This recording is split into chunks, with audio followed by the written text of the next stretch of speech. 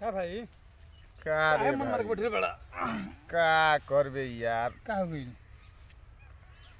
साला घर से तबाह, गांव से तबाह, लाने तबा दिमाग खराब हो रहता है। तबा का हो गया हमारा चौकट था ये जवा अच्छा वैसे सजने के बवा बुआ का होता ना ना बुआ गुलो हां बुआ गुल एक बहन चोदल कनी बियाह शादी ना भइल है ना कमात रह त आदमी कहता से कमाते नहीं खे कमाते नहीं थे, अब बियाह शादी हो गेल कमाते रह त आदमी कहता ना कि कमाही लगल। कमाही लागल का जाने ना घर के कैसे लोग रह दी हैं, गांव के कैसे लोग रह दी हैं, कुछ गाँव समझ के? में नहीं आवत। ज्यादा कमाता तो गाँव वाले गाँव फट जाता आ कम कमाता रह तो मेहरान के गाँव फट जाता कमो कमात रह तो कहत रसन कि देखो ना सार के खाए के नहीं हटत, बड़ा सार हीरोगिरी क के चलत रहन।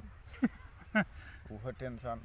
थोड़ बहुत चोदल कनी साला दौड़े जात रही जा सोल्जर फिल्डर एकेडमी में, तब हूँ गाना फाट गुलो कनी के कि दौड़े जात रसन, साला हूँ में फेल हो गुनी जा, ऊपर से माने दौड़े जात रही जा तब हूँ कनी के टेंशन हां फे गुनी ना जा नकल न करी त वो टेंशन तबो टेंशन कि ना लागल सारे के ना लगल सारे के बड़ा दौड़त रह दौड़त रहन लो। का कोई जब कुछ समझ में नहीं आवत, माथा खराब भई रहता हो। माथा खराब ना जानल चुपचाप खैनी खा ऊ तो बात ठीक बा, हाँ। जब से सुर्ती ना खिएबन हो, जब से मन फुर्ती ना सुस्ती होई, खा आ मिजाज फुर्ती रख। हां अब छोड़ा गांव घर के बात है हाँ अब दुनिया कुछ ना कुछ कहबे करी कहबे करी, कहे वाला के कहे द, सर कहत रहन कि कहे वाला के कहे द हां आ तू अपना काम में लागल रह। लगा रह ठीक बा, हमार कहा नाम नु कि जरे वाला के संख्या बढ़े के चाहिए, बढ़े के चाहिए ठीक नु, तब तब बुझाई बुझाता कि कि प्रगति करता रह प्रगति करत रह। प्रगति तो भाई लोग अगर रउओ सबे के गांव में